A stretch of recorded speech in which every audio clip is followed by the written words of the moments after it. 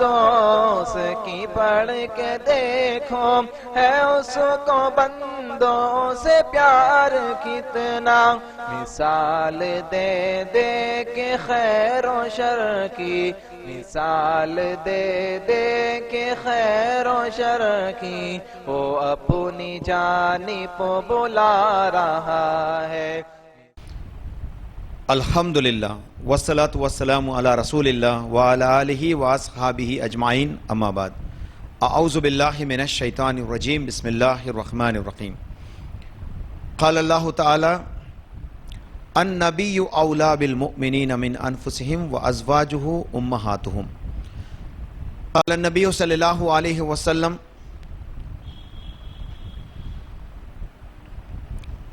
فعلیکم بسنتی وسنت خلفاء الراشدین رب اشرح لی صدری ویسر لی امری واحلل عقدۃ من لسانی یفقہوا قولی رب یسر ولا تعسر وتمم بالخیر رب زدنی علما سبحانک لا علم لنا الا ما علمتنا انک انت العلیم الحکیم۔ معزز و محترم برادران اسلام، پردہ نشین خواتین، میں آپ تمام لوگوں کا ہفتہ واری ہونے والے جی ایس کے اس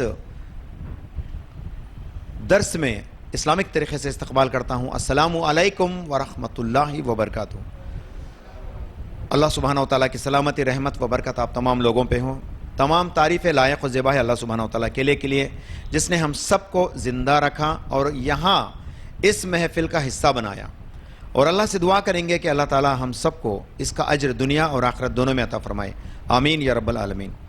برادران ملت، آج جو عنوان اعلان کیا گیا تھا، جنگ جمل اور جنگ صفین کے وجوہات کیا تھے، یہ جنگ ہوئے کیوں؟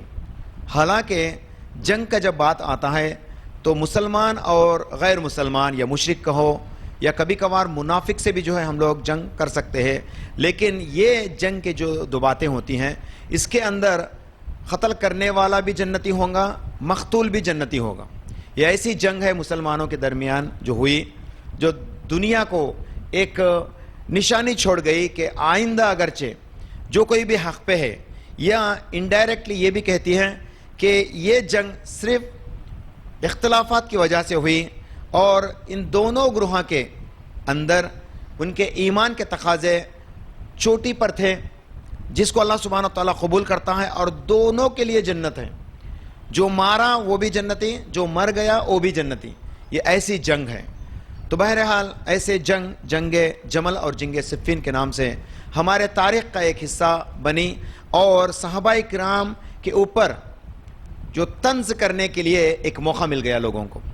تو بہرحال اس کے وجوہات کیا تھے، اصل میں وہ جنگ ہوئی کیوں اور کس کے درمیان میں ہوئی، ان تمام باتوں کو میں آپ کے سامنے ایک تفصیلی بات احادیث کی روشنی میں اور تاریخ کے روشنی میں آپ کے سامنے رکھتا چلوں گا، جس کے لیے جاننا سننا ضروری ہے۔ اگرچہ کوئی کبھی کبھار ایسا سوال کر لیا تو کیا صحابہ کی بات کر رہے ہیں بھائی، آپ صحابہ بھی لڑکے مرے تھے، نعوذ باللہ، ایسا کوئی کہا تو اس کو اس کی وجہ بتا دیں، اور رسول اللہ صلی اللہ علیہ وسلم کی بشارتیں بتا دیں۔ یہ دونوں جنگوں کے تعلق سے نبی کریم صلی اللہ علیہ وسلم نے پہلے ہی بشارتیں سنائی۔ میں اس کو احادیث کی روشنی میں آپ کے سامنے اس بات کو عنوان کو رکھنے کی کوشش کروں گا۔ اللہ سے دعا ہے کہ اللہ تعالیٰ میرے زبان کی گراہوں کو کھول دے اور میرے لیے میرے اس امر میں آسانی عطا فرمائے، اور جو ہوم ورک میں نے کر کے آیا اللہ سبحانہ وتعالیٰ بغیر بھولا میں آپ کے سامنے تفصیلی بات رکھتا چلوں، اللہ یہ توفیق عطا فرمائے، آمین یا رب العالمین۔ سب سے پہلے جنگ جمل اور جنگ صفین ہوئی تو حضرت علی رضی اللہ تعالیٰ عنہ کے دور میں، دور خلافت میں۔ تو یہ اختلافی جنگیں تھیں جو دونوں مسلمانوں کے درمیان میں ہوئی، اور جنگ جمل کو ایک اونٹ کے نام سے لیا گیا، جانا گیا، تاریخ میں اسی کو لکھا گیا، اور رسول اللہ صلی اللہ علیہ وسلم اس اونٹ کی صفات کو بھی بیان کرتے ہیں۔ کہتے ہیں وہ ایسا اونٹ ہوگا جس کے چہرے پہ زیادہ بال ہوں گے، اور اس اونٹ کو عربی میں بولتے ہیں جملن، اور آخر میں اس اونٹ کو جو ہے اس کے پیر کاٹ دیے جاتے ہیں، جس کے ذریعے سے اما عائشہ رضی اللہ تعالیٰ عنہ نیچے گر جاتی ہے، اور حضرت علی آتے کہتے ہیں اے میرے ماں، کیا آپ کو رسول اللہ صلی اللہ علیہ وسلم کی وہ بات یاد نہیں؟ آپ علیہ الصلوۃ والسلام نے آپ کو اس روز کے تعلق سے پہلے ہی اطلاع کیا تھا۔ تو یہ سننا تھا حضرت عائشہ رضی اللہ تعالیٰ عنہ، واپس جو ہے میرا بیٹا علی سے فرماتی ہے میرا بیٹا تو نے مجھے بہت اچھی اور عمدہ بات میرے نبی صلی اللہ علیہ وسلم کی یاد دلا دی. بس اتنا کہہ کے حضرت عائشہ رضی اللہ تعالیٰ عنہ چلے جاتی ہیں. اور یہ اونٹ جس کے پیر کاٹ دیے گئے اس جنگ کو تاریخ کے اندر جنگ جمل کے نام سے لکھا گیا. تو یہ پہلی جنگ تھی. بعد میں جنگ صفین، یہ جنگ ہوئی تھی سیریا کے قریب حضرت علی اور حضرت معاویہ کے درمیان میں. یہ جنگ صفین یہ بھی دونوں مسلمان گروہوں کے درمیان میں ہوئی تھی. اس کے تفصیلات کو آؤں گا میں انشاءاللہ تعالی. سب سے پہلے حضرت علی رضی اللہ تعالیٰ عنہ کے دور خلافت میں، جو ان کی خلافت کا وقت تھا 4 سال 9 مہینے، لیکن اس میں ان کے پاس اتنا وقت نہیں تھا کہ یہ غیروں کے اوپر چڑھاؤ کریں اور غیروں کو اسلام کی دعوت دیں اور ان سے جنگ کریں اور یا اسلام کی طرف ان کو رجوع کرے. ایسا کوئی وقت حضرت علی کے دور خلافت میں میسر نہیں تھا. حضرت علی آپسی اختلافات کو دور کرنے میں یا ان سے جنگا کرنے میں، ان کے صلح کرنے میں، مسلمانوں کو ایک کرنے کے اندر ہی ان کے ساری خلافت نکل گئی.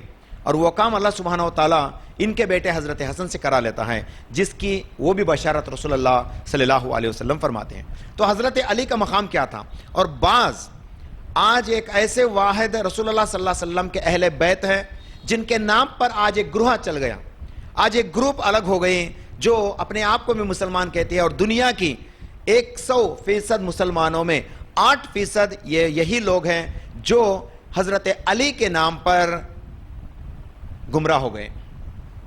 ہم جانتے ہیں اہل تشیع کے نام سے ان لوگوں کو، یا حضرت علی کے ماننے والے، یا حضرت علی کو مولا علی بول کے پکارنے والے. اور آج شروعات میں یہ تھا تو ان کے پاس حضرت علی کو خدا کا مرتبہ نہیں دیے تھے، لیکن آج حضرت علی ان کے نزدیک خدا ہے اور آج ان کے نزدیک حضرت علی آنے والے ہیں.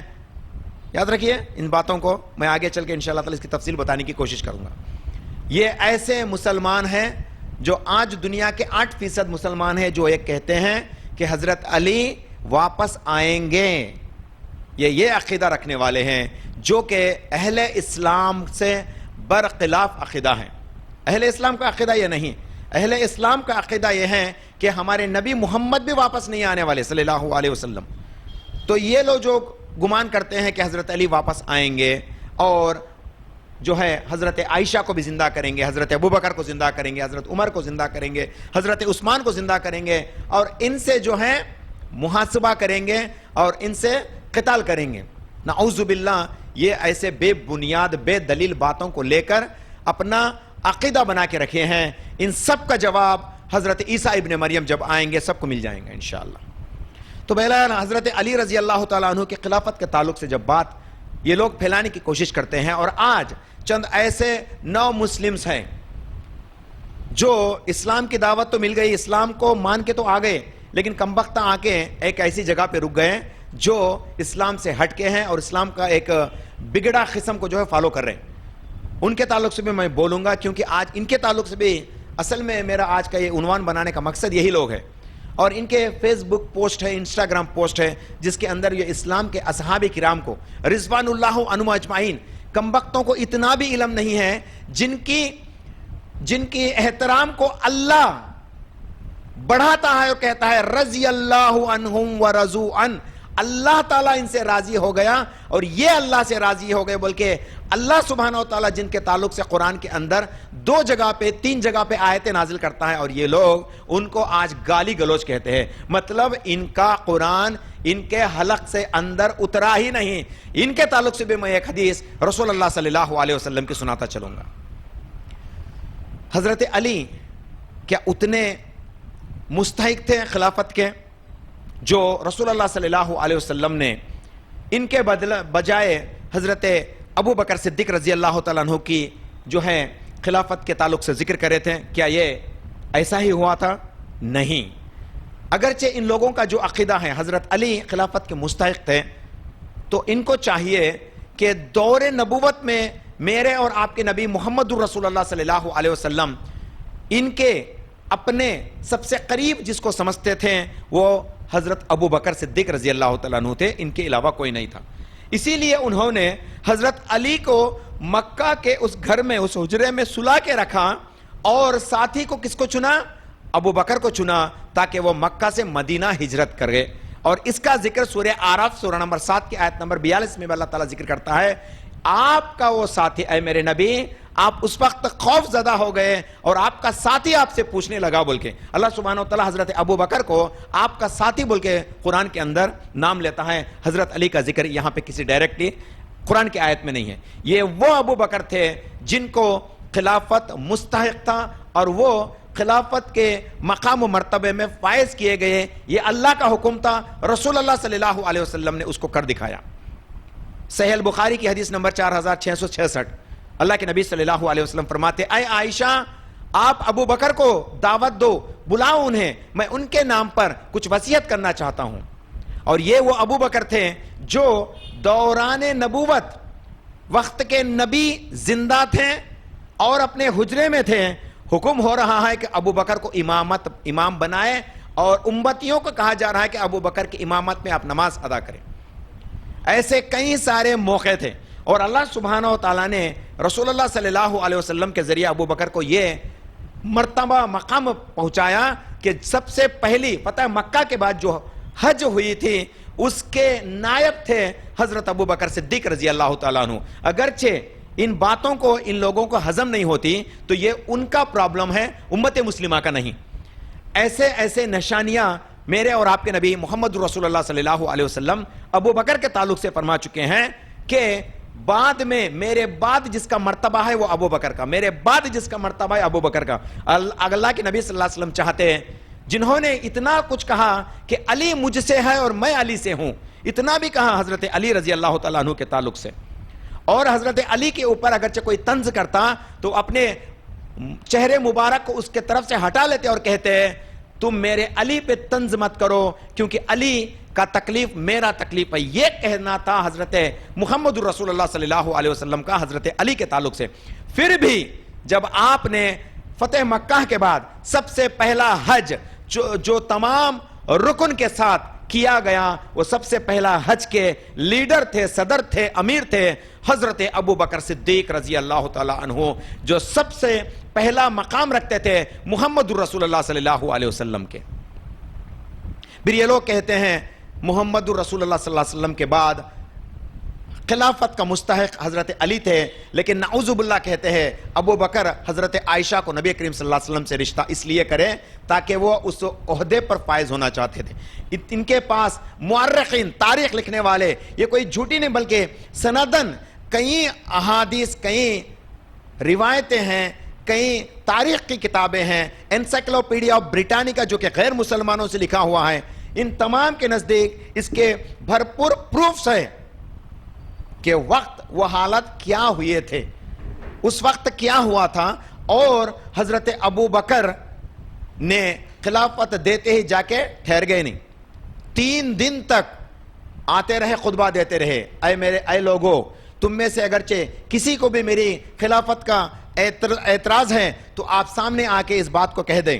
3 دن تک، 1-2 دن نہیں، 3 دن تک. آخرکار 3ویں دن حضرت ابو بکر صدیق کے ساتھی جو ہے عمر فاروق رضی اللہ تعالیٰ عنہ آتے کہتے ہیں اے ابو بکر، اے ابا بکر، آپ ایسا مت کہو، آپ کے تعلق سے کوئی بغض نہیں رکھتا، بلکہ عمر یہ فیصلہ کرتا ہے کہ ابو بکر خلافت کے عہدے پر جو ہے فائز ہوتے ہیں اور آپ ہی سب سے مستحق ہے اس عہدے کے. یہ کہنا تھا. صحابہ کرام نے مجموعاً ہزاروں کی تعداد تھی، کہنے لگے اے ابا بکر، آپ سے بڑھ کر اس عہدے پر کوئی دوسرا ہمیں پسند نہیں ہے. یہ کہنا تھا. اور ان کے ذہن میں یہ بات یہ بھی نہیں ہے کہ حضرت علی بھی اس جماعت کا حصہ تھے جنہوں نے ابو بکر کو جو ہے خلافت کے اس عہدے پر فائز کیا. یہ ابو بکر کے مقام و مرتبے کے تعلق سے بات تھی. تو اس بات سے کلیئر ہو گیا کہ پورے احادیث ابو بکر صدیق کے تعلق سے جب آپ پڑھیں گے جامع ترمذی کی 3650 سے 3690 تک جب آپ پڑھیں گے ابو بکر صدیق رضی اللہ تعالیٰ عنہ کے ان کے مقام و مرتبے کے تعلق سے، عمر بن خطاب رضی اللہ تعالیٰ عنہ کے مقام و مرتبے کے تعلق سے، حضرت عثمان غنی رضی اللہ تعالیٰ عنہ کے مقام مرتبے کے تعلق سے کئی سارے احادیث ہیں. بالخصوص جب آپ پڑھیں گے 3675 کی حدیث میں جامع ترمذی کی، رسول اللہ صلی اللہ علیہ وسلم کہتے ہیں اے احد، ٹھہر جا اپنی جگہ، تیرے اوپر ایک وقت کا نبی ہے، ایک صدیق ہے اور 2 شہداء ہیں بولتے ہیں.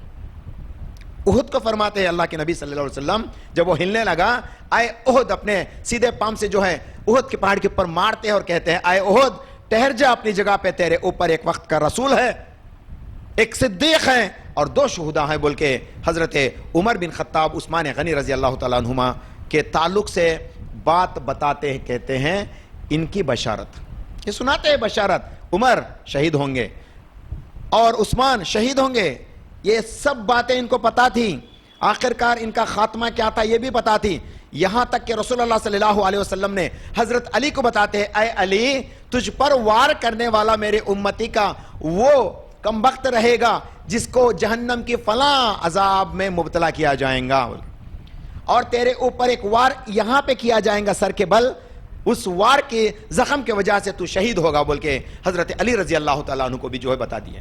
40 ہجری میں حضرت علی رضی اللہ تعالیٰ عنہ کو شہید کیا گیا۔ معلوم تھا رسول اللہ صلی اللہ علیہ وسلم کو، سب کے بشارتیں فرما دیے، حضرت حسن کے تعلق سے شہادت کی بشارت نہیں بتائے، حضرت حسین کے تعلق سے شہادت کی بشارت بتائے، حضرت عمار بن یاسر کے تعلق سے شہادت کی بشارت بتائے، اور کئی سارے ایسے اصحاب کرام ہیں جن کے شہادت کے تعلق سے رسول اللہ صلی اللہ علیہ وسلم نے بشارت سنائی، وہ ویسا ہی ہوا، and it is recorded in the history of Islam. یہ میرے اور آپ کے باتیں نہیں، یہ ریکارڈ ہوئے سو باتیں ہیں، یہ صرف مسلمانوں کی ہسٹری نہیں بلکہ غیر مسلمان جب اسلامک ہسٹری کو لکھنا شروع کریں انہوں نے بھی اپنی کتابوں میں یہی بات کو لکھا ہوا ہے، یہ کمبختوں کی باتوں کو نہیں لیتے وہ لوگ، اور کہتے according to these people, I don't want to take the name directly, these people، ان کے مورخین کے نزدیک یہ ہے بول کے، اور ان کے مورخین غیر مسلمان جس طرح سے توکل رکھتے ہیں اسلامک ہسٹری کے اوپر، کم سے کم ان کا علم بھی ان کے پاس نہیں ہے، تو یہ ہے ان کا بولنے کا اصل وجہ۔ اب آئیے، حضرت علی سے بھی زیادہ مقام و مرتبے والے حضرت عثمان بن عفان رضی اللہ تعالیٰ عنہ تھے، حضرت عثمان سے بھی زیادہ مقام رکھنے والے حضرت عمر بن خطاب رضی اللہ تعالیٰ عنہ تھے، اور حضرت عمر سے بھی زیادہ مقام و مرتبے میں کون تھے؟ حضرت ابو بکر صدیق رضی اللہ تعالیٰ عنہ تھے۔ ابو بکر جب حضرت عمر کو کہتے ہیں میں اے عبد الرحمن بن عوف، میں عمر کو میرے بعد خلافت سونپنا چاہتا ہوں، تمہیں کیا تسلیم ہے؟ عبد الرحمن بن عوف کہتے ہیں اے امیر المومنین کیوں نہیں، ہمیں تو عمر پسند ہے، یہ مطلب ابو بکر خود فرماتے ہیں میرے بعد عمر کو میں چن رہا ہوں، اور کہتے ہیں جب اللہ تعالیٰ مجھے قیامت کے دن پوچھے گا اے ابو بکر تیری اس ذمہ داری کو تو نے کس کو دی؟ تمہارے بیٹے کو دے کے آئی؟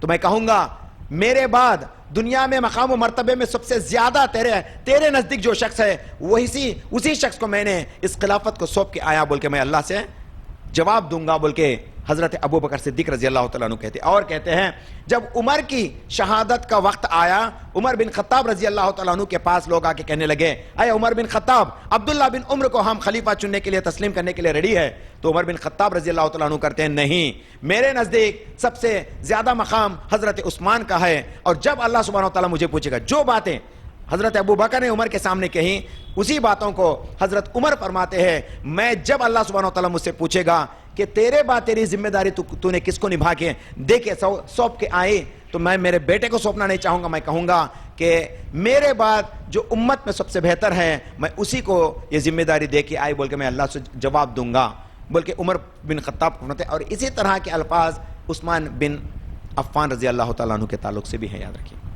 یہ نہیں الفاظ کو۔ لیکن جب عثمان کا قتل ہوا تو فتنے بہت سارے برپا ہو گئے، رضی اللہ تعالیٰ عنہ کا جب قتل ہوا بہت سارے فتنے تھے، اور آخرکار لوگ ایک یا دو لوگ یا بہت کم تعداد میں لوگ حضرت علی کو منتخب کرنا چاہتے تھے، لیکن اکثر لوگ جیسے کہ حضرت معاویہ، حضرت عائشہ، حضرت زبیر بن عوام، حضرت طلحہ بن عبید اللہ، ان میں سے کئی اکابرین صحابہ، کبار صحابہ میں سے کئی سارے حضرت علی کو منتخب کرنے کی سوچ بھی نہیں رکھ سکتے تھے۔ اس حالت میں عبد الرحمن بن عوف جو کہ حضرت علی کی طرف منتخب کرے تھے اس خلافت کو، حضرت علی نے فوراً، جبکہ فتنے بہت سارے ہو جا رہے ہیں، وقت کی حالت کی مد نظر رکھتے ہوئے حضرت علی جاتے ہیں اور اس عہدے پر فائز ہو جاتے ہیں، لوگ ان کے ہاتھ پہ بیعت کر لیتے ہیں۔ یہ حضرت علی کا یہ 4واں خلیفہ، خلفائے راشدین میں سے 4ویں خلیفہ حضرت علی کا خلافت کا منتخب جو ہے اس طرح سے ہوا تھا۔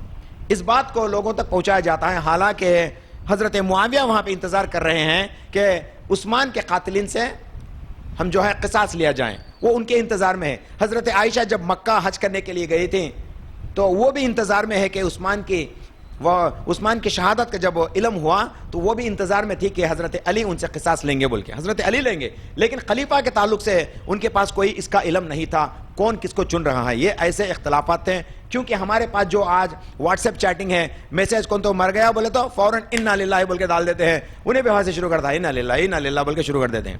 اتنا فاسٹ ہے. لیکن وہ زمانہ کیسا تھا, کسی کے پاس کوسوں دور تک جو خبر پہنچانے کی کوئی تفصیلات موجود نہیں تھے. اصحاب کرام میں سے کبار اصحاب کرام جب انتقال ہو جاتے ہیں تو دوسروں کو اس کا علم نہیں رہتا. جب عمر بن خطاب شہید ہو گئے تو معاویہ کو اس کا علم نہیں تھا, کیونکہ وہ شام کے علاقے میں اپنی جو ہے عہدے پر فائز ہو گئے تھے. کئی ساریوں کو ان باتوں کا علم نہیں تھا, بعد میں یہ پہنچا. لیکن آج ہم جب کتابیں سامنے رکھتے ہیں سب کو ایک ہی ٹائم پہ دیکھ لیتے ہیں, اچھا ان کا بات ہے نا, ان کو پہنچا, ان کی بات ان کو پہنچا. لیکن یہ ان ٹائم پہ ہوا سو بات نہیں ہے. کئی سارے ہفتوں کے بعد, مہینوں کے بعد ایسے جو ہے باتیں پہنچے سو ہے. کسی کو جنازے میں آنے کے لیے دعوت نہیں دی جا سکتی. جو جہاں پہ مر جاتا وہ وہیں پہ جو صحابہ کرام ان میں سے جو زیادہ معتبر ہوتے تھے علم کے حساب سے, تو ان کو کھڑا دیا جاتا, نماز جنازہ پڑھا دیتے اور وہیں پہ دفن کر دیتے. یہ حالت تھی. ہمارے جیسے نہیں, اور ہمارے جیسے انتظار بھی نہیں کرتے تھے, کیونکہ وہ سنت تھی نا, رسول اللہ صلی اللہ علیہ وسلم کی سنت تھی کہ فوراً جنازہ پڑھا دیا جائے اور مدفن کیا جائے. اس سنت پہ عمل کرنے کے فائز تھے, کون کسی کے لیے انتظار نہیں کرتا تھا. تو بہرحال یہ حالات تھیں. آج ہمیں مورخین کی تمام کتابوں کو سامنے رکھیں گے تو ہمارے کو پتہ چلتا اچھا یہ ان کی بات, یہ ان کی بات پوچھتے مہینے بھی لگ جاتے, کبھی کبھار سالہ بھی ہو جاتے تھے اسی طرح سے. تو بہرحال یہ حضرت علی رضی اللہ تعالیٰ عنہ کی واقعات چند میں آپ کے سامنے رکھنا چاہتا تھا. بہت سارے ہیں لیکن عنوان وہ نہیں ہے. اب دیکھیے حضرت علی جب خلیفہ بنے تو ان کے پاس فتوحات کے لیے تو کوئی موقع ہی نہیں تھا, کیونکہ جو مسلمانوں کے اختلافات تھے اسی کو دور کرنا ان کا اہم مدعا تھا.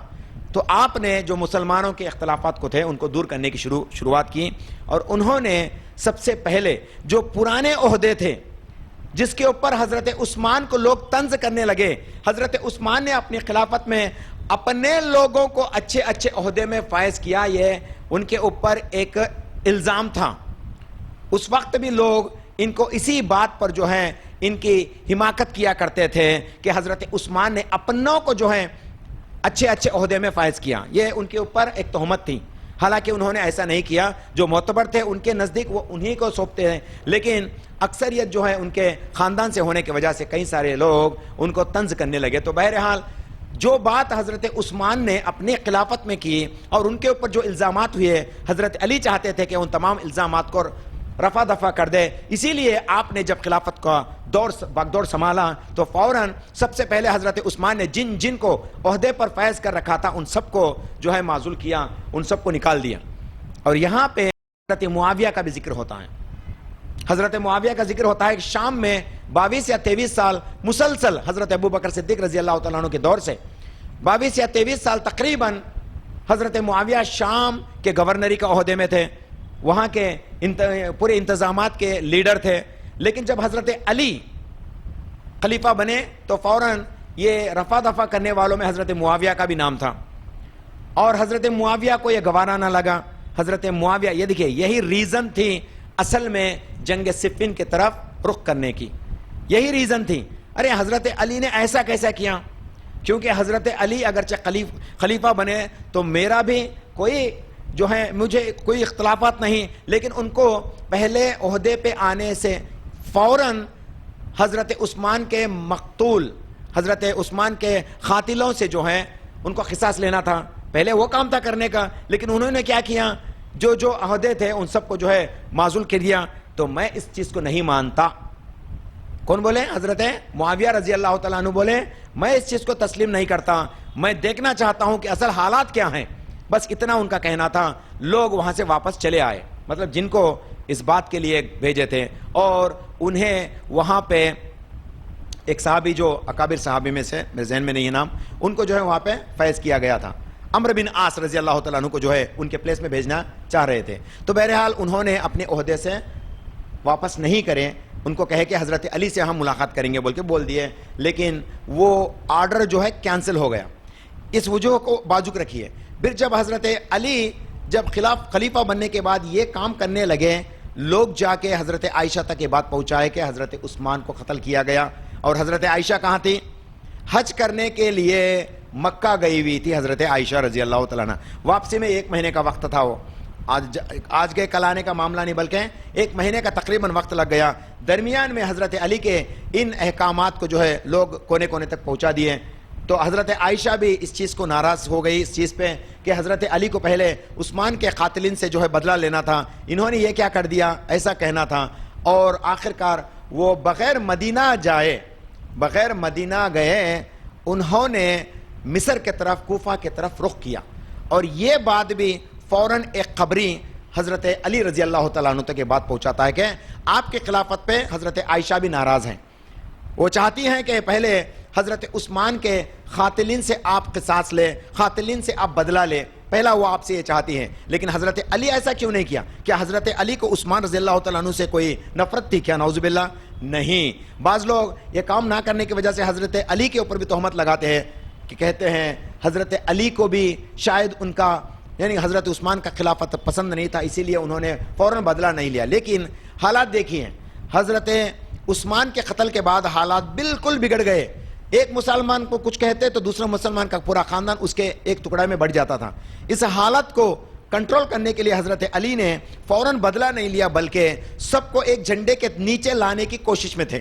پہلے ایک جھنڈے کے نیچے آ گئے تو کلپریٹس جو بھی ہیں، جو قاتل ہیں، ان کو پکڑ کے ہم سزا دے سکتے ہیں، یہ ان کا منشا تھا. مورخین حضرت علی کے منشے کے تعلق سے کئی سارے اصحاب کرام سے اپنے روایت کو لکھتے ہیں اور کہتے ہیں حضرت علی کا منشا یہ تھا، کیونکہ آلریڈی مسلمان بکھر ہوئے تھے. اللہ کے خلیفہ حضرت علی ان سب کو ایک کرنا چاہتے تھے. پہلا یہ ان کا اہم مدعا تھا، ورنہ تو مسلمان بکھرتے چلے جاتے ہیں. مسلمان ہمیشہ لڑائی کے اندر آ گئے، خون ریزی زیادہ ہو گیا، تو اس کو کنٹرول کرنے کے لیے حضرت علی پہلا مسلمانوں کو ایک کرنا چاہتے تھے، اسی لیے فوراً قصاص نہیں لیا. لیکن درمیان میں حضرت عائشہ کو یہ بات پسند نہیں آئی. حضرت زبیر بن عوام، حضرت طلحہ بن عبید اللہ حضرت علی کے ہاتھ پر بیعت کر چکے تھے. لیکن جب یہ لوگ حضرت عائشہ کے طرف رخ کرے، حضرت عائشہ درمیان میں ملے، دوران میں جو ہیں گفتگو ہوئی اور یہ تینوں ایک جھنڈے کے تلے آ گئے. کون؟ حضرت عائشہ، حضرت زبیر بن عوام اور حضرت طلحہ بن عبید اللہ، جو کبار صحابہ میں سے تھے.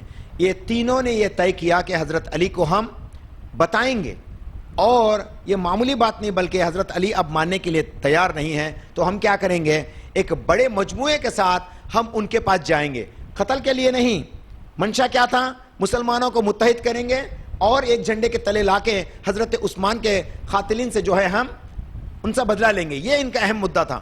پھر حضرت عائشہ، حضرت زبیر بن عوام، حضرت طلحہ جو ہے کوفہ کی طرف رخ کرتے ہیں، مصر کی طرف رخ کرتے ہیں.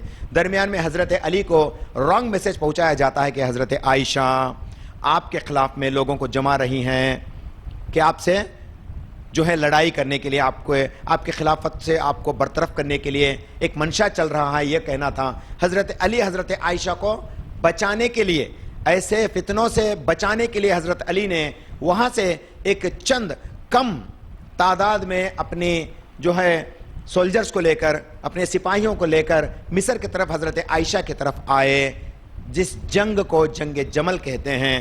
جب حضرت عائشہ ایک ایسی جگہ پہ پہنچی جس جگہ پہ رسول اللہ صلی اللہ علیہ وسلم کی بشارت ان کو یاد آ گئی. کیا تھی بشارت؟ مسند احمد جلد نمبر 11 کی حدیث نمبر 12340 سے لے کر 12390 تک جب آپ پڑھیں گے، اس میں سے کئی سارے احادیث جنگ جمل کے تعلق سے. اس میں سے ایک حدیث ایسی ہے کہ اس وقت تیرا کیا ہوگا. نبی کریم صلی اللہ علیہ وسلم اپنے ازواج مطہرات کو بہت ساروں کو سامنے بٹھا کے تھے. نبی کریم صلی اللہ علیہ وسلم کے پاس جبرائیل آئے تھے اور وہی سنا کے چلے گئے. تو نبی صلی اللہ علیہ وسلم کچھ بول رہے بولتے انہیں خود بولتے کیا؟ کوئی اگرچہ سمجھتا ہے تو یہ ہمارا عقیدہ نہیں ہے. ان ہوا الا وحی یوحا، اللہ ان کو جو وحی کرتا ہے یہ وہی بات کو لوگوں کو کہتے ہیں. تو جبرائیل آ کے چلے گئے. رسول اللہ صلی اللہ علیہ وسلم نے اپنے ازواج مطہرات کی طرف رخ کیا اور کہا اس دن اس خاتون کا کیا ہوگا. فرماتے ہیں تم میں سے اس خاتون کا اس دن کیا ہوگا جب وہ ایک ایسی جگہ پہ پہنچے گی. دیکھیں جنگ جمل کا آغاز ہو رہا ہے. جب وہ ایسی جگہ پہ پہنچے گی جو بنی عامر کے پانیوں والا جگہ ہوگا، بنو عامر کے پانی والا جگہ ہوگا جس جگہ پہ حواب کے کتے اس خاتون پر بھونکیں گے، اس وقت اس عورت کا کیا ہوگا، یہ بشارت تھی۔ رسول اللہ صلی اللہ علیہ وسلم کے زوجہ حضرت عائشہ رضی اللہ تعالیٰ عنہ ایک ایسی جگہ پہنچتی ہیں جہاں پہ کتے کا بھونکنے کی آواز بہت زیادہ ہو جاتی۔ حضرت عائشہ فرماتی ہے کتے بھونک کیوں رہے ہیں، یہ کون سی جگہ ہے؟ فرمایا جاتا زبیر بن عوام کہتے ہیں اے اماں عائشہ یہ حواب کے کتے ہیں اور یہ بنی عامر کے پانی کے جگہ ہے بولتی۔ اب یہ بات سننا تھا حضرت عائشہ رضی اللہ تعالیٰ عنہ گھبرا جاتی ہیں، کیونکہ انہوں نے رسول اللہ صلی اللہ علیہ وسلم کی بشارت پہلے ہی سنا۔ واپس کہتی ہے اے زبیر بن عوام فوراً اس جگہ سے واپس چلو، ہمیں حضرت علی کی طرف نہیں جانا ہے، ان کے طرف کچھ نہیں کرنا ہے، فوراً یہاں سے چلو، کیونکہ ان کو بشارت تھی۔